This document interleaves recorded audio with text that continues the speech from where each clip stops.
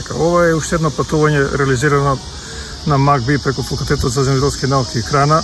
Сега сме во Кина по прв пат, стварно интересно, импресивно патување. Сега сме во близината на Пекинг, на некои 150-170 километри од Пекинг. Два пчеларника посетивме, кои се на институтот во Пекинг за истражување. Сретнавме два вида на пчели.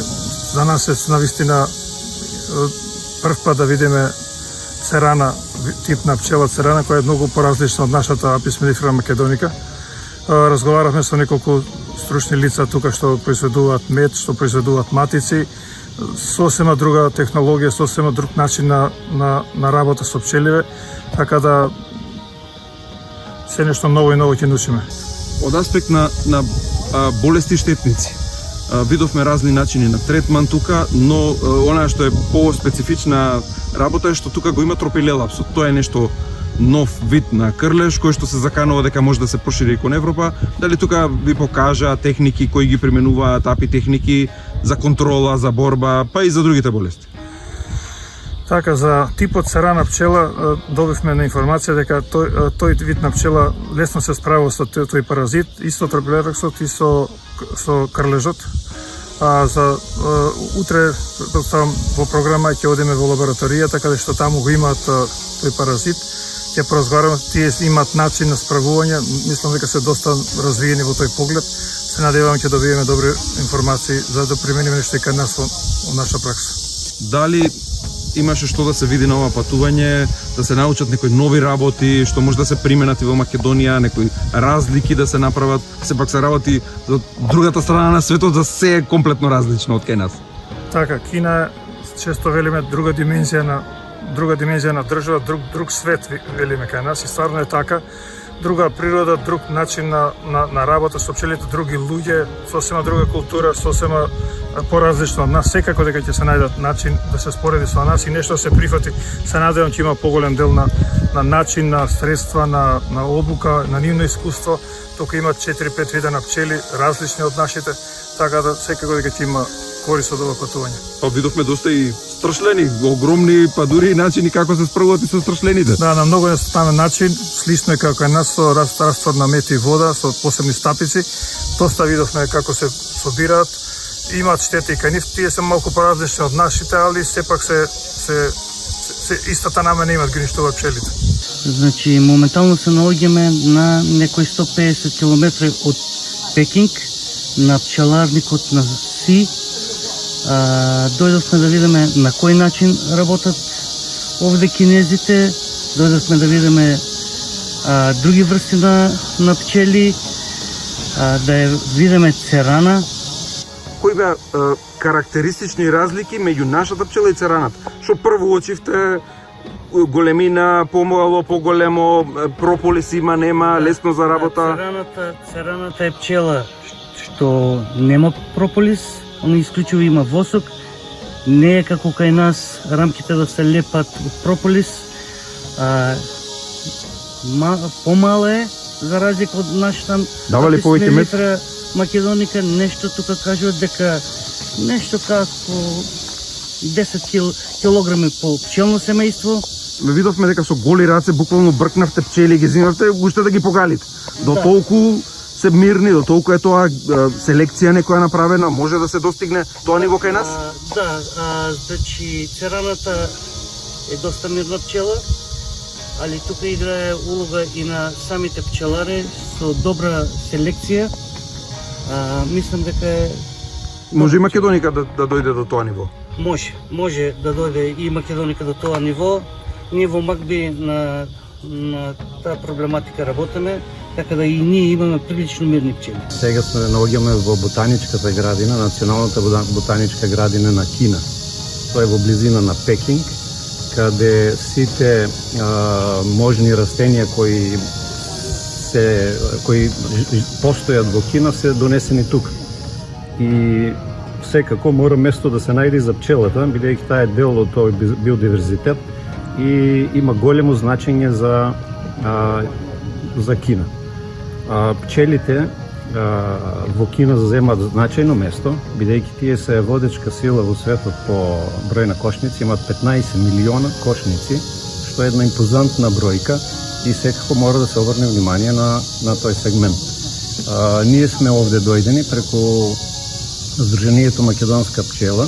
Тоа е Сдружение за заштита на македонската автохтона пчела Апис мелифера македоника. Што е попознато како Макби. Како Макби познато, секако. Повеќе така не знаат, но еве да појасниме малку. И ова ексклузивна можност, сепак нели треба да имаме домаќини кога одиме некаде, тоа ни го возможи Кинеската академија за земјоделски науки.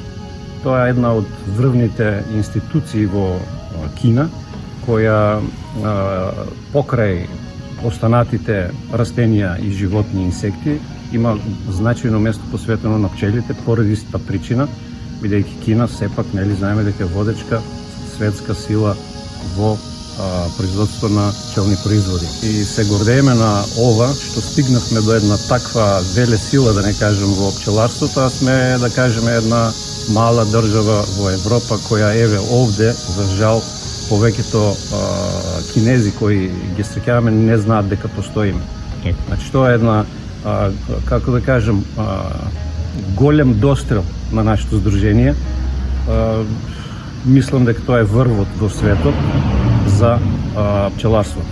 Во овие изминати неколку дена ја посетивме и академијата, ги видовме лабораториите, кај се одвиваат некои многу комплексни врвни истражувања. Посетивме пчеларник и таму се одвиваат истражувања. Тука во ботаничката градина гледаме се прават и тука истражувања. Кој ви остави вака впечаток и како мислите до каде ги терат истражувањата, кои им се насоките, правците, дали преку сите тие истражувања гледат да дојдат до нешто да ви поедностават на крајот на вас на пчеларите? Секако дека тоа е научна институција која пред се тоа го прави во интерес на пчелата и во интерес на луѓето, бидејќи ние сепак имаме некаква корист од пчелите, собираме пчелни производи и во тој контекст постојат и овие институции. Може да се пофалам дека еве ние како здружение во Македонија Макби од 2012 година правиме тестирање и селектирање на матици.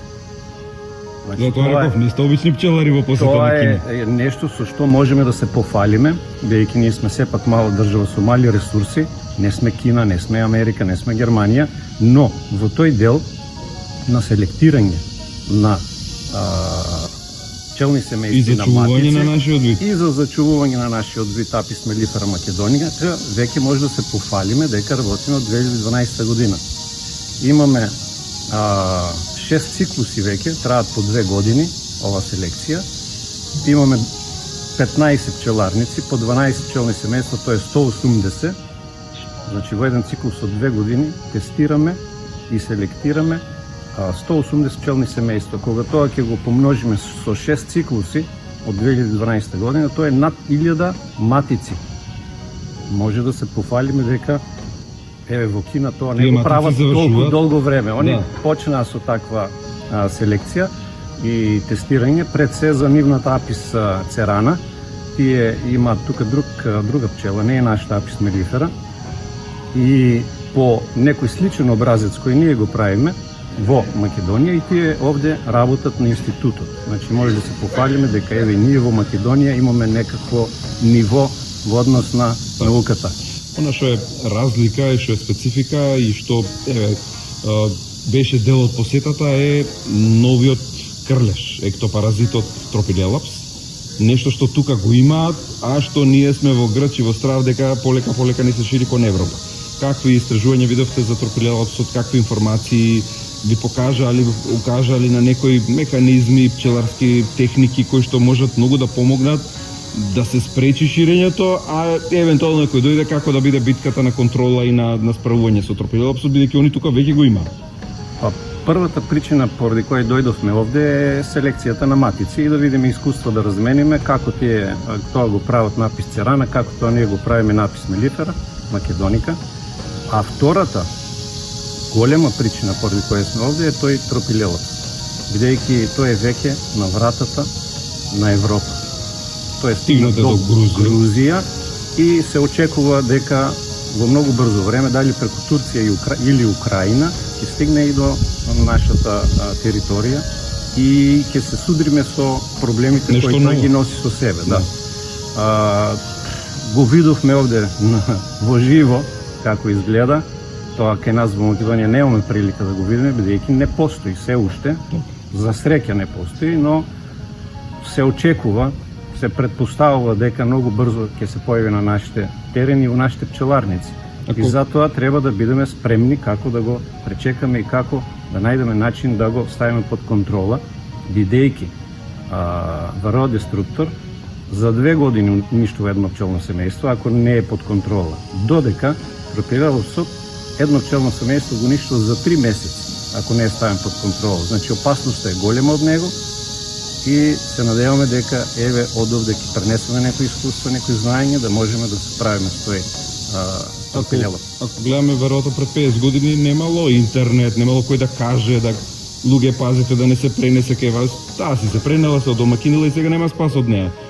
Овде барем сега современите науки, современите технологии не можува да го следиме, да го знаеме до кај ако можеме и да го спречиме. Да, тој е паразит кој не постои на територија на Европа, тој е азиски паразит кој се пренел на европската пчела и европската пчела нема механизми за одбрана од него и за заштита од него. Еве и нашите родители, дедовци одгледувале пчели во трмки, во кошници и кога стигнал овде паразитот во Македонија, да кажеме, еви во Европа, тие воопшто не знаеле дека тој е присутен во кошници. Дури многу покасно се открило што е проблемот и зошто умират пчелните семејства. Така да, еве ние сега имаме можност да го видиме тој тропилелов, да видиме како ќе испробуваат со него и евентуално, ако се појави, кога ќе се појави, да имаме начин да го спречиме неговата штета што е предизвикува во пчелното семејство.